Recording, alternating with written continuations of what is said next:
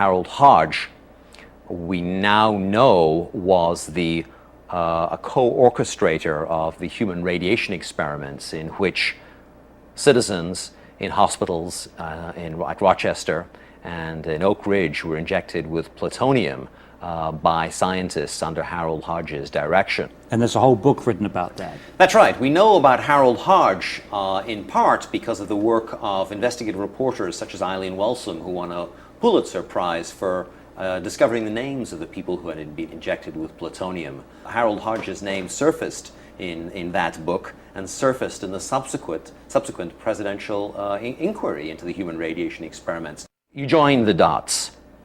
If Harold Hodge and the University of Rochester are injecting people with plutonium and uranium, and at the same time they are reassuring us about fluoride safety, what's the connection?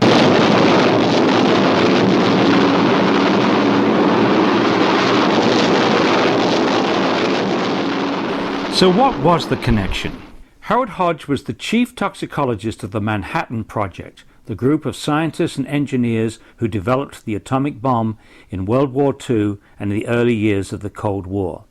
Hodge was responsible for investigating the toxicity of many of the chemicals used in the production of the atomic bomb, and one of the chemicals of major concern was fluoride. The Manhattan Project needed enormous quantities of fluoride to make nuclear weapons, to make the bomb that was dropped on Hiroshima. So the Manhattan Project were concerned about fluoride toxicity.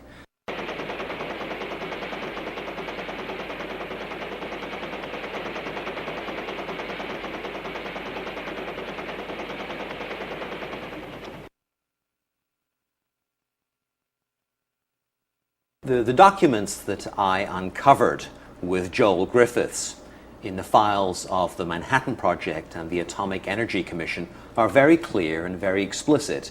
The toxicology department at the University of Rochester, which was under the direction of Harold Hodge, was asked to come up with medical information that could help the government in lawsuits in which the United States Army and the US government were being charged with fluoride pollution.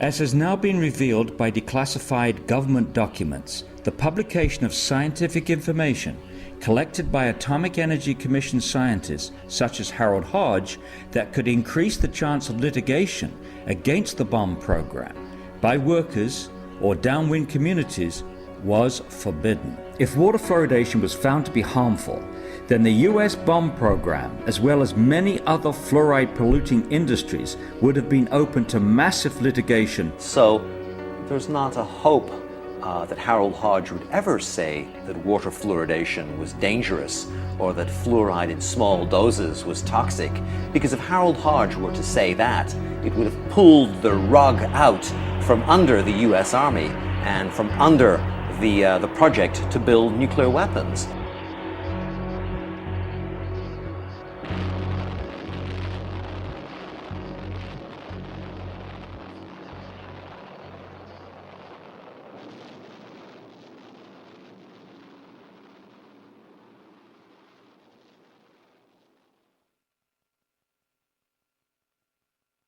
For people who know the history of medicine and science in this country, the Kettering Laboratory was at one time one of the largest private laboratories dealing with issues of toxicity. It was a very well-funded laboratory, and its director, Robert Kehoe, was a very senior figure in the public health establishment. Today, we know Kehoe's name best for his career-long defense of the safety of adding lead to gasoline. Kehoe spent a professional lifetime from his pulpit at the Kettering Laboratory assuring the nation that lead added to gasoline was entirely safe. Of course, that's been thoroughly discredited.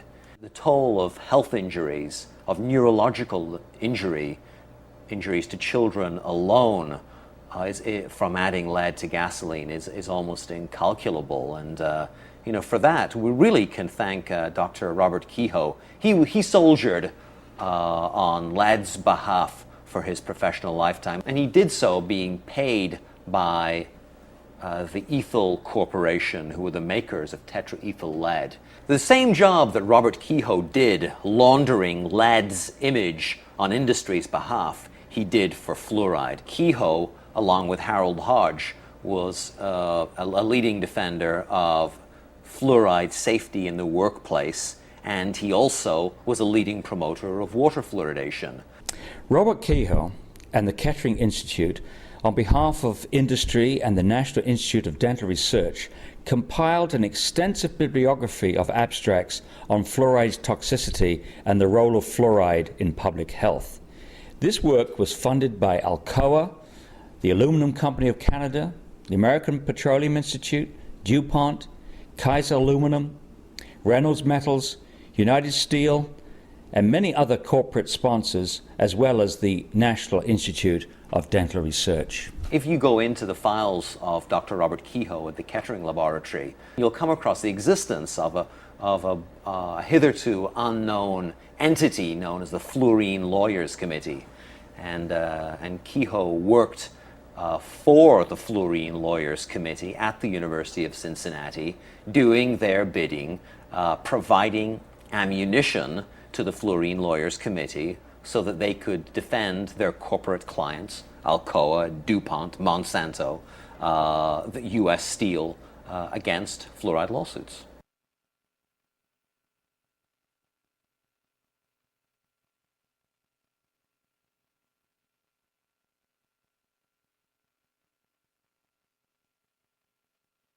In Robert Kehoe's files, there is a medical study which was a state-of-the-art $100,000 study in which beagle dogs were given fluoride to breathe in conditions which approximated the working conditions for men and women in the aluminum industry or in any fluoride industry. What happened to that beagle study?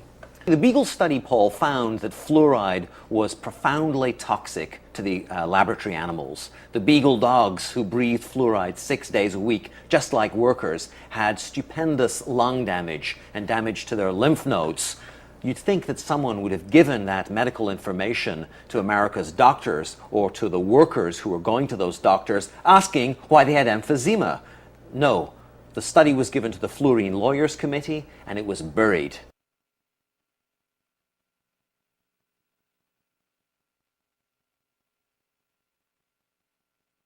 The book makes clear for the first time that the selling of fluoride to the American public was done by the best in the business, by the father of public relations, Edward Bernays.